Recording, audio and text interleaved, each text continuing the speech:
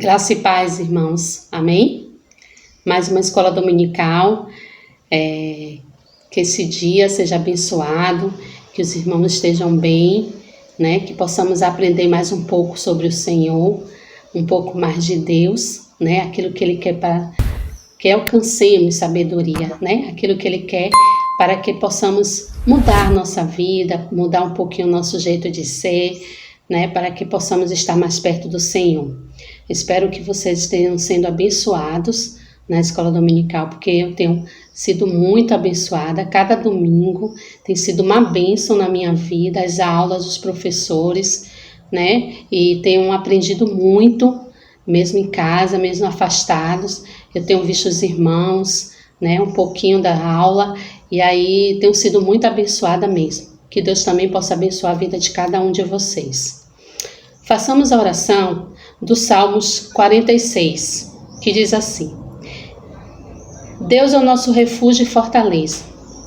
Deus é o nosso refúgio e fortaleza, socorro bem presente nas tribulações. Portanto, não temeremos, ainda que a terra se transtorne e os montes se abalem no seio dos mares. Ainda que as águas tumultuem e espumejam, e na sua fúria os montes se estremeçam. Há um rio cujas correntes alegram a cidade de Deus, o santuário das moradas do Altíssimo. Deus está no meio dela. Jamais será abalada. Deus a ajudará desde antemanhã. Bramam nações, reinos se abalam, ele faz ouvir a sua voz e a terra se dissolve.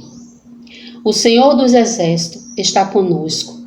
O Deus de Jacó é o nosso refúgio. Vinde e contemplai as obras do Senhor,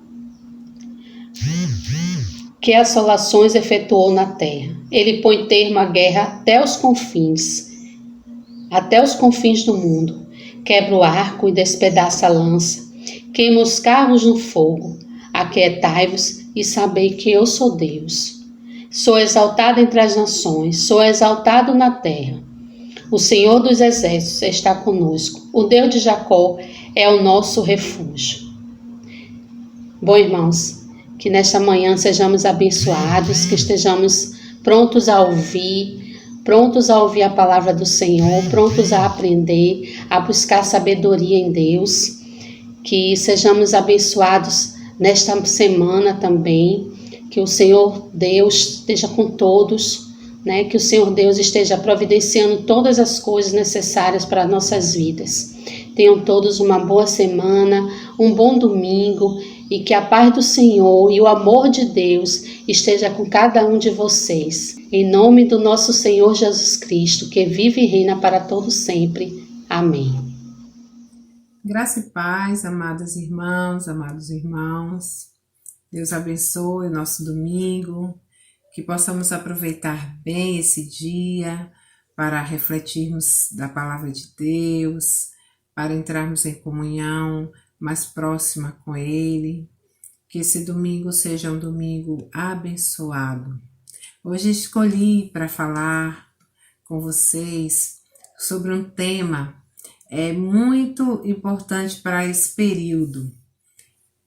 A questão, a crise de liderança na sociedade, e nós vamos refletir nesta manhã como, né, podemos descobrir se há uma crise de liderança nesse Brasil, nesse país, nos diversos cantos do nosso país, né? Vamos refletir à luz da palavra de Deus, né? Então, que o Senhor possa abençoar e a gente possa aproveitar o que a palavra do Senhor tem para nós.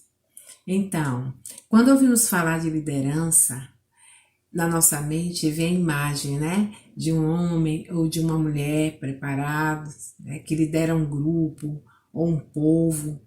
No reino animal, muitas vezes, podemos notar que não tem liderança, né, e sim dominação. No reino animal, o mais forte controla, subjuga ou então destrói o mais fraco. Porém, com o ser humano, Deus institui uma organização social, onde um homem ou uma mulher tem a preparação para exercer uma liderança num determinado espaço, para um determinado fim. Por exemplo, eu, como professora, exerço uma liderança no momento que estou na sala de aula. Quando saio, quando não estou mais na sala de aula, não tenho mais aquela liderança, né? Mesmo que seja referência, né? Mas não sou uma líder naquele momento que não estou na sala de aula. Então, para um determinado fim, eu sou uma liderança naquilo que eu faço, né? Então, podemos entender que Deus permite que se constituam líderes em todo o mundo e em cada espaço e contexto social. Entendemos que se faz necessário, né, para a organização da sociedade que alguém exerça a liderança para um determinado fim, né? E a gente lembra até da época, né, dos nossos pais, no Gênesis, no Êxodo, quando o sogro de Moisés, né, Jétro, ele orientou a Moisés que formasse pequenos grupos de 100 pessoas, de 50, e colocasse líderes sobre esses grupos para melhor organizar as necessidades, né? O que tem que ser feito, o que tinha que ser feito. Então, ali também nós podemos perceber que há constituições de lideranças para um determinado espaço, para um determinado fim, né? Então, liderar é ocupar a posição de líder. E aí, o líder é aquele que conduz um grupo de pessoas de forma ética, positiva, de tal maneira que elas contribuam voluntariamente e com entusiasmo para alcançar os objetivos da equipe ou da instituição, né? Isso foi extraído da Sociedade Latino-Americana de Cochin, né? E esse líder, o líder não é chefe, não é que subjuga, não é o que manda, mas é aquele que organiza o espaço de diálogo, que organiza o trabalho junto com o seu grupo, né? Então, é normal que se tenha lideranças, um grupo para determinados fins, né? Nesse período que a gente está vendo eleitoral, nós vamos votar em pessoas que vão exercer a liderança sobre a cidade, né? Sobre a nossa cidade. Então, é importante que se veja, né, qual realmente é a intenção, que saiba um pouco, pelo menos, não tudo, mas do que se planeja para esta cidade. Então, é tranquilo a gente ter um líder, né, diante de nós, né, para trabalhar conosco, para nos orientar. É normal. Por isso, hoje nós vamos dialogar sobre um grande líder descrito na Bíblia, né? Muitos de nós já ouvimos falar, já ouvimos essa história, tem até um filme, né? O Príncipe do Egito, a história de José do Egito. E eu estou usando ele como uma referência de liderança, né? Então, para tratar da nossa primeira questão, se há crise na liderança, a crise de liderança na sociedade atual, né? Na sociedade em que vivemos. Então, nós vamos fazer a leitura de Gênesis 39, de 1 a 6, e também de Gênesis 41, 39 a 46. Gênesis 39, de 1 a 6, diz assim: José foi levado para o Egito, onde os ismaelitas o venderam a um egípcio chamado Potifar, um oficial que era o capitão da guarda do palácio. O Senhor Deus estava com José. Ele morava na casa do seu dono e ia muito bem em tudo. O dono de José viu que o Senhor estava com ele e o abençoara em tudo que fazia. Assim, José ganhou a simpatia do seu dono, que o pôs como seu ajudante particular. Potifar deu a José a responsabilidade de cuidar da sua casa e tomar conta de tudo o que era seu. Dali em diante, por causa de José, o Senhor abençoou o lado egípcio e também tudo o o que ele tinha em casa e no campo. Potifar entregou nas mãos de José tudo o que tinha e não se preocupava com nada a não ser com a comida que comia. Gênesis 41, no versículo 39 ao 46, também traz esse perfil de líder de José. Isso foi o rei, né? Agora foi o rei, já não foi mais Potifar. O rei virou-se para José e disse: Deus me mostrou tudo isso, e assim está claro que não há ninguém que tenha mais capacidade e sabedoria do que você. Você vai ficar encarregado do meu palácio e todo o meu povo obedecerá às suas ordens. Só eu terei mais autoridade do que você, pois sou o rei. Neste momento, eu o ponho como governador de todo o Egito. Então, o rei tirou do dedo o seu anel sinete e o colocou no dedo de José. Em seguida, mandou que o vestissem com roupas de linho fino e pôs uma corrente de ouro no pescoço dele. Depois, fez com que José subisse no carro reservado para a maior autoridade do Egito e mandou que os seus homens fossem na frente dele gritando: Abram caminho. Assim José foi posto como governador de todo o Egito. O rei disse a José: Eu sou o rei, mas sem a sua licença ninguém poderá fazer nada em toda a terra do Egito. O rei pôs em José o nome de Zafenate Paneia e lhe deu como esposa Asenate, filha de Potífera, que era sacerdote da cidade de Heliópolis. José tinha 30 anos quando entrou para o serviço do rei do Egito.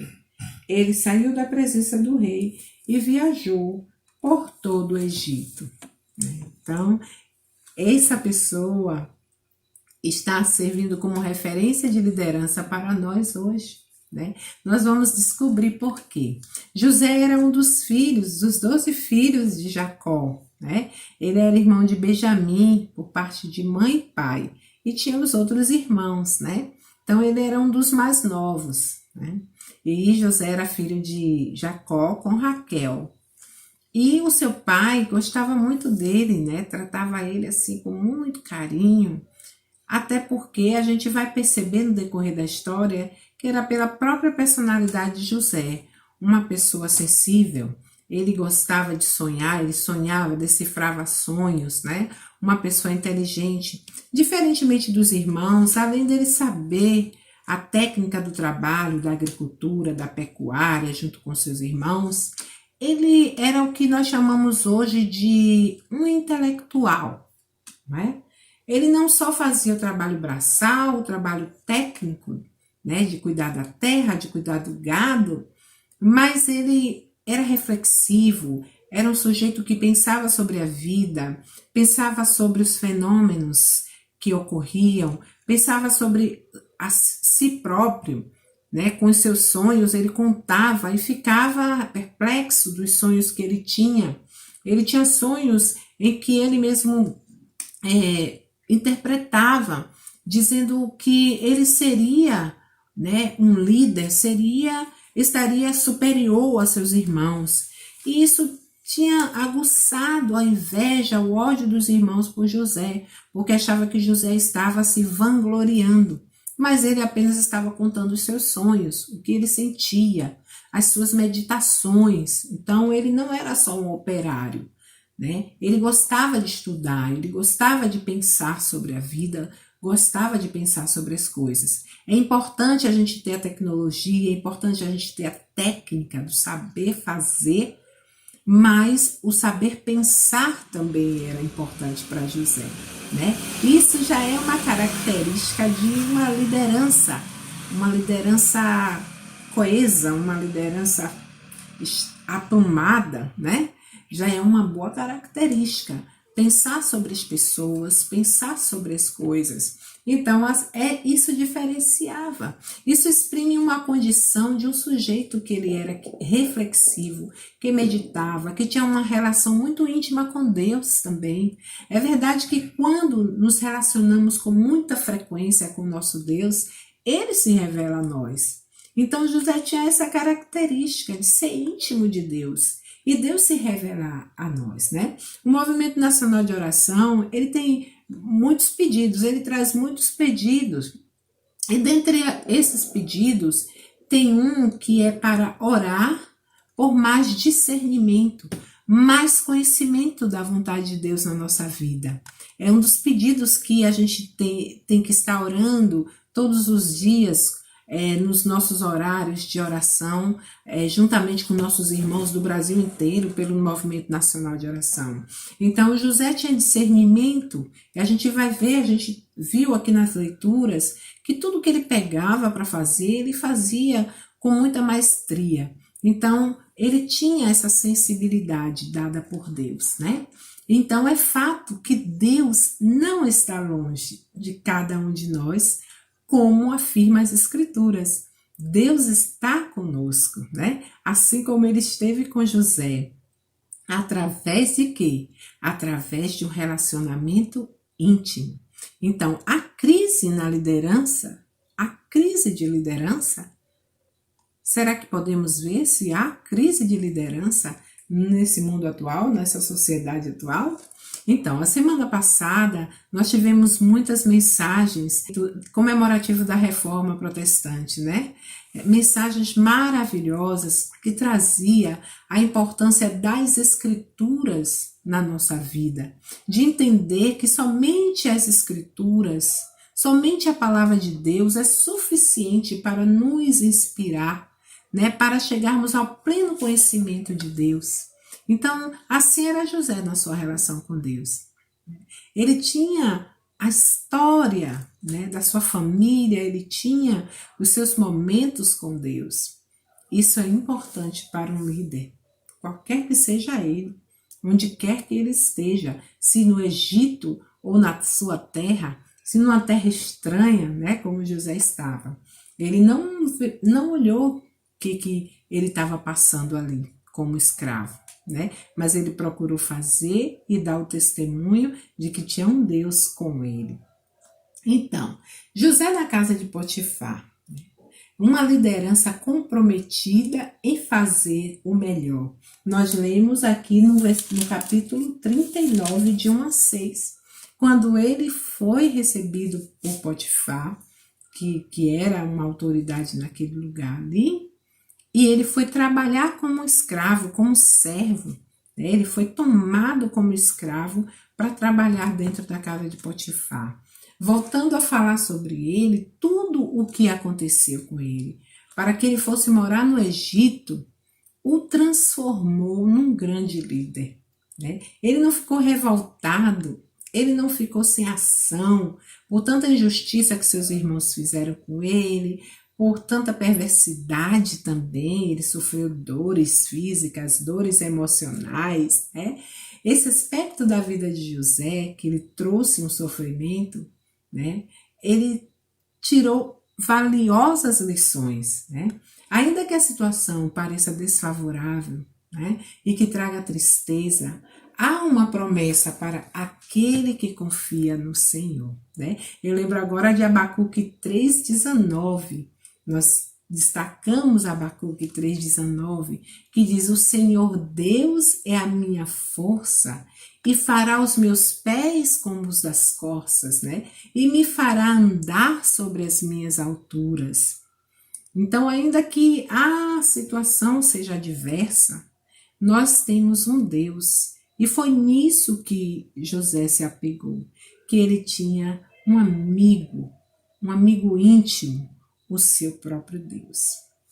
Assim, Deus foi com José todo o tempo, aprisionado fisicamente, mas livre no coração, na mente, passando fome ou sentindo dores, mas acalentado, consolado nos braços de Deus. Então, queridos, o tema da nossa lição que pergunta se a crise de liderança na sociedade nos faz refletir que a bondade, a justiça e o amor provém de Deus. Né? Ainda que a gente se preocupe se há crise, se não há crise, a gente entende que tudo que vem para nós de bom vem de Deus, vem do Pai das luzes.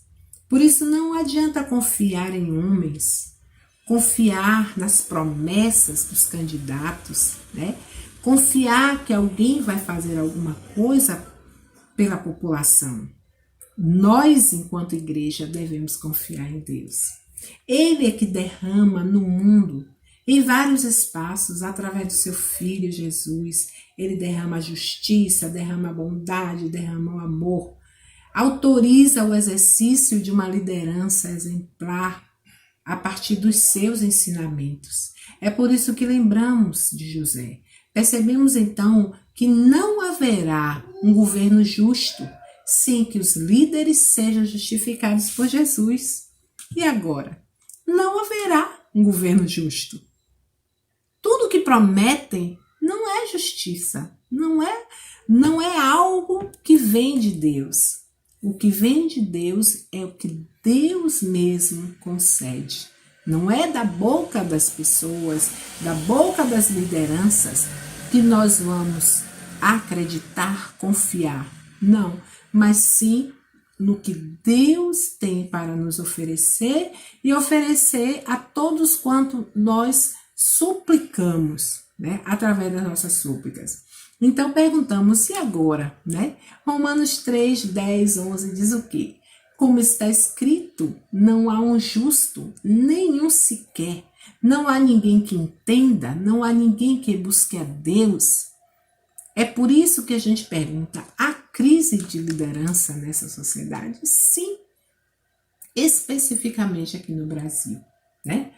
Estamos vivendo uma crise de liderança. Então nós vamos aprender com José, né? E perceber que há sim uma crise de liderança no Brasil e que não podemos colocar nossas mãos no fogo por nenhum candidato, por ninguém. Nós estamos hoje aprendendo com José a receber de Deus toda dádiva. Todo dom perfeito vem de Deus, do Pai das luzes. Não vem das promessas de candidato. Nós vamos lá votar por afinidade, mas não que a gente esteja colocando a nossa confiança em homens, não é? Então, José, ele era organizado, sistemático. Isso chamou a atenção do seu senhor, né? Ali no capítulo 39. O texto diz que Potifar observava o comportamento exemplar de José. Veja sua dedicação ao trabalho, sem outros interesses para se beneficiar. Ele não tinha outros interesses. Não se aproveitou da confiança de Potifar, como muitos, quando estão no poder, se aproveitam da confiança do povo. José conseguia convergir os demais empregados para as tarefas a serem feitas, de maneira que a casa se transformou a ponto de Potifar entregar tudo, né? A liderança da casa nas mãos de José. Então ele era uma pessoa sistemática, organizada, né? Ele também era abençoado e abençoador, né? Isso lembra a promessa de Deus para Abraão, ali no capítulo 12 de Gênesis, quando Deus diz assim, o lugar que pisar os teus pés será abençoado. Todo lugar que pisar a sola dos seus pés será abençoado. Então, assim era com José. Onde ele chegava, tinha bênção. Né? Onde o líder chega, tem bênção. O líder colocado por Deus. Né? Um homem em torno de menos de 30 anos, depois ele completou 30 anos, né? Ele testemunhava da sua fé até que suas atitudes causaram mudanças na casa de Potifar, né? Por quê? Porque ele era abençoador, porque ele recebia de Deus ele entregava para as pessoas. As bênçãos que ele recebia, ele entregava, ele compartilhava com as pessoas. Era uma pessoa inteligente. A gente sempre tem José como uma referência de liderança pela sua inteligência administrativa, né? Demonstrava conhecimento do que foi lhe dado para fazer. Então, ao líder não cabe estar sem compromisso, agir sem compromisso, não buscar conhecer aquilo que está nas suas mãos, né? Vemos lideranças em todo o Brasil e até mesmo perto de nós, que nem conhece a população, não conhece quais são as necessidades. Temos gestores públicos que votamos, que confiamos nosso voto e que não têm o menor interesse de conhecer o povo, né, que lidera, agem sem atender às reais necessidades da população. Então é uma crise, meus irmãos, muito longa que estamos passando, que esse país enfrenta. Porque o que enxergamos, na verdade, são as decisões que eles tomam em benefício próprio, não é? O que nós enxergamos é isso. No frigir dos ovos, a gente vai perceber que a população continua com toda a demanda, com todas as necessidades sem ser atendidas, né? Veja que José, ele pensava em fazer o melhor, em dar o melhor, em construir o melhor. Não era destruindo o patrimônio da humanidade, que é o meio ambiente, não é? Não era tirando proveito da bondade e confiança que o chefe tinha colocado para ele, né? Não era cortando recursos de serviços básicos essenciais como educação, saúde, para outros fins. Mas ele era fiel. Independente de estar escravo ali, numa terra longe de sua família, ele era fiel na liderança que o Potifar lhe constituiu. Então, essa liderança é uma liderança que não provoca crise, né? Ela provoca paz, ela provoca benefícios, ela provoca prosperidade. Em Gênesis 41, que nós lemos também, 39 a 46, né? A crise de liderança na sociedade perpassa por uma intensa crise espiritual. Ouvimos dizer, não vote em A porque adora deuses. Não vote em B porque defende tais bandeiras. Vote em C porque ama o povo, faz o bem para o povo. Mas aí eu pergunto, quem vai resolver o problema da violência que está gritante? No dia a dia não muda nada, meus irmãos. O que se vê, cada um buscando enriquecer e abandonando a população carente. É isso que se vê, né? O que se vê é uma juventude solta, sem perspectiva, sem conhecimento, sem amparo, né? Não se vê oportunidades que alcancem um grande número de jovens, né? Não se vê grandes oportunidades. Uns poucos conseguem alguma coisa, né? Então, um alto grau de violência urbana e familiar nós vemos, não é? Não há um esforço pela dignidade humana. Então, confiar em quem? Em quem José confiou? Quem vai equacionar as dificuldades na saúde, na educação, no trabalho? Passa a eleição, volta tudo como antes. Ou seja, a população continua lutando por seus direitos e padecendo por falta de compromisso dessa liderança brasileira. Né?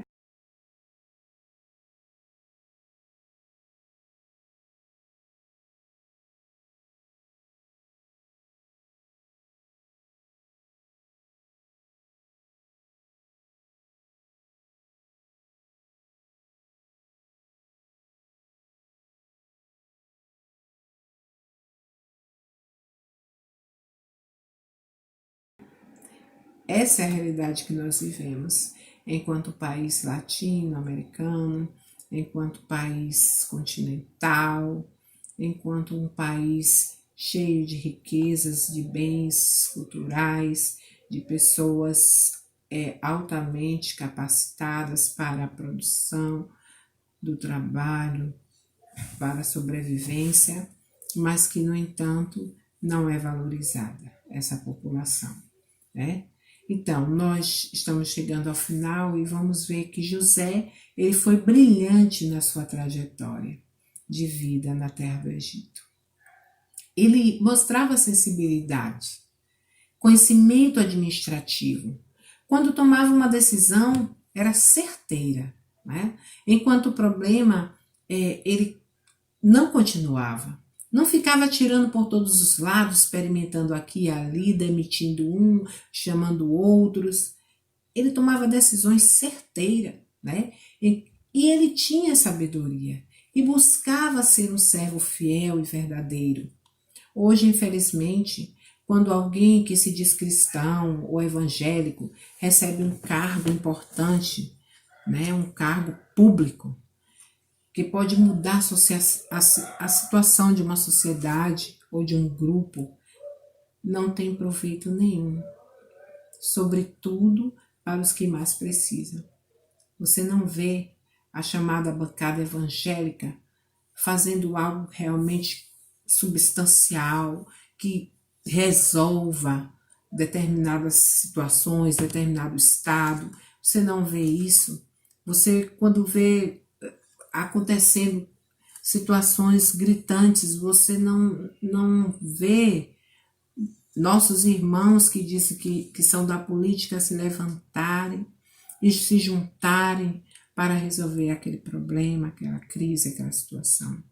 Então, isso prova que não é o fato de dizer que é crente, o fato de dizer que é evangélico, que se constitua uma liderança que tire o país dessa crise, mas sim a sensibilidade, né?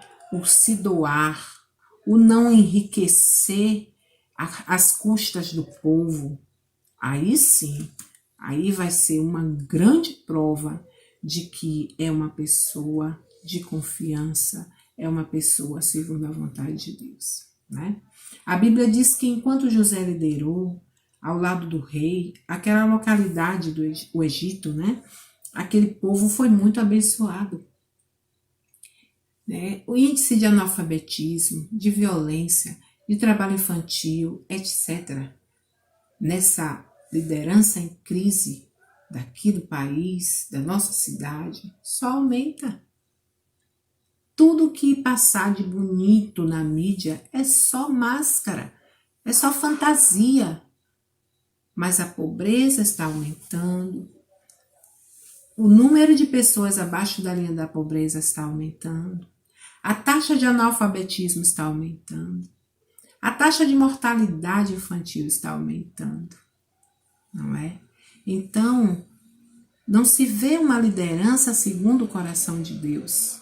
Se vê lideranças no país que busca o interesse próprio da sua família, né?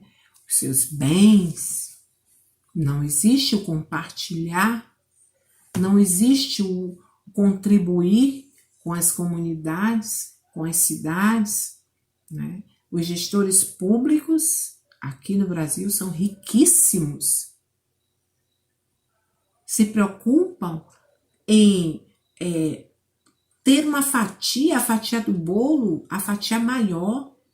Quando que nós vamos chegar a um ponto de termos gestores públicos que queiram partir o bolo, cortar o bolo em fatias iguais? É sinal de que o Brasil precisa de Deus. Precisa ter o temor a Deus para entender isso, né? Então, para o Brasil sair dessa crise de liderança e parar de passar tanta vergonha diante de outros países e principalmente diante de Deus, que tem uma outra orientação de liderança, então teremos, enquanto igreja de nos mobilizarmos, de nos levantarmos como referência em cada comunidade, nos colocarmos como modelo de Jesus a ser seguido, a partir de sermos uma igreja que ora constantemente e insistentemente, não é? Pelo nosso país, pela nossa cidade, de uma forma que creiamos que Deus transforma as crises, né? Deus transforma os lugares também em que estamos. Assim como nós oramos pelos nossos filhos e filhas, devemos orar insistentemente, né, por este país, constantemente, entendendo que Deus pode operar mudanças, né, significativas para o benefício de uma população, né? Porque ele diz que o que fizermos a esses pequeninos, a ele também faz. Né? Os pequeninos, as pessoas que são oprimidas, as pessoas que não têm liberdade, as pessoas que são vulneráveis, a crianças, idosos. Então precisamos orar constantemente. Uma igreja que recebe a revelação das Escrituras sobre o que deve fazer. Né? Quando nos aproximamos de Deus, Deus vai se revelar a nós e dizer qual vai ser a nossa ação diante da sociedade, né? Para dirimir tantas crises. Uma igreja que testemunha pessoal e coletivamente através das suas atitudes. Uma igreja que acolhe os necessitados. Uma igreja que se levanta e protesta contra as injustiças sociais. É uma igreja que está o tempo todo ligada. Uma igreja que acompanha e propõe mudanças para as lideranças na sociedade. Não é preciso entrar em partido algum, partido político. A igreja não precisa se aliar a partido algum. A igreja precisa se colocar como atalaia, colocar na brecha para que os direitos sejam garantidos, os direitos sociais, os direitos básicos para a sociedade sejam garantidos. Não é necessário virar um candidato, um político partidário, não. A igreja faz a política porque a igreja vive dentro de uma democracia e entende que o povo precisa ser atendido e o povo deve governar, o povo deve também se colocar diante das situações. Né? Isso a igreja tem como um papel de orientar, de propor, de chegar e realmente colocar a realidade diante dos gestores públicos e questionar qual a dificuldade em se efetivar políticas públicas para a população. Esse papel da igreja, sim, tem esse papel. Deus não está longe. Nós chegamos ao final entendendo que Deus ele está olhando, ele está em toda parte, como diz as Escrituras.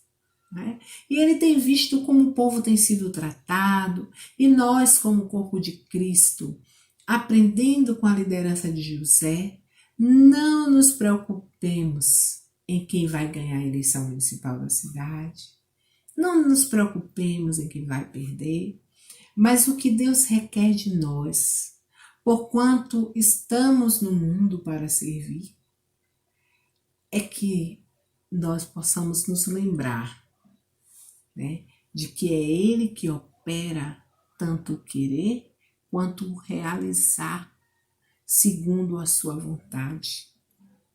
E que se colocamos nas suas mãos, Ele nos dará uma resposta diante dessa crise social, não é? E lembre-se, não conhecemos as pessoas, nós não conhecemos as reais intenções. Não adianta a gente dizer que conhece, que realmente vai fazer e ficarmos nos degladiando contra um, a favor de outro. Nós, enquanto igreja, temos que ter a consciência de que em Cristo, né, Cristo nosso Senhor, para garantir, né, É Ele que dá a garantia de que a humanidade não será destruída completamente. É Ele, através da sua palavra, do seu amor derramado sobre todos os povos, que lá em Timóteo diz assim, não é da vontade de Deus que nenhum deles se perca. Nenhum homem e mulher se perca, mas que todos cheguem ao pleno conhecimento do Filho de Deus. Então é nessa perspectiva que devemos agir contra a crise de liderança que nós temos no nosso país. Nós, enquanto igreja, não devemos tomar partido, não devemos nos filiar, não dessa forma, não como chegou a ser esse país tão corrupto, onde não confiamos nos poderes, né? Executivo, legislativo, judiciário. O Brasil não confia. Então, o que precisamos, enquanto igreja, é confiar no Senhor. Oremos pelas lideranças, né, do nosso país, constituídas, do Estado, da cidade, por esses poderes. Oremos, sobretudo, por nós, igreja, né, triunfante e atuante, onde Deus nos colocou. Assim como José e tantos outros líderes que se destacaram pela ação transformadora, né? Nós temos líderes mundiais. Sejamos uma igreja que faça a diferença, né? Sejamos uma igreja que atua contra as injustiças sociais. Como sempre trago, né, nas minhas reflexões, não só postando nas redes sociais, mas efetivando ações que possam dirimir essas injustiças. E que nosso Deus nos abençoe, que Ele nos conceda discernimento, nesse momento de decisão, né, da vida de Salvador, das cidades do Brasil, que possamos confiar no Senhor. Lembrando que a gente vota por afinidade, mas que quem opera o bem, que traz o bem para a população, é o nosso Deus. Não é da vontade de Deus que as vidas pereçam, mas que nós, enquanto igreja, estejamos para acolher as vidas que estão em situação de vulnerabilidade. E estejamos na sociedade para ser sal, para dar sabor, para trazer alegria, para trazer paz. Então, nós agradecemos a Deus pela sua palavra, que sempre nos ensina, e que Ele mesmo nos oriente em todas as coisas. Estejamos durante a semana orando por esse momento de eleição, dia 15 de novembro, que o Senhor tenha misericórdia da nossa cidade, tenha misericórdia do nosso Brasil. Em nome de Jesus, um abraço. Se você chegou até aqui conosco, nosso muito obrigado. Não deixe de continuar acompanhando os nossos conteúdos aqui no YouTube. E não se esqueça, inscreva-se em nosso canal e ative o sino das notificações. Deus te abençoe e até o nosso próximo encontro. Tchau, tchau.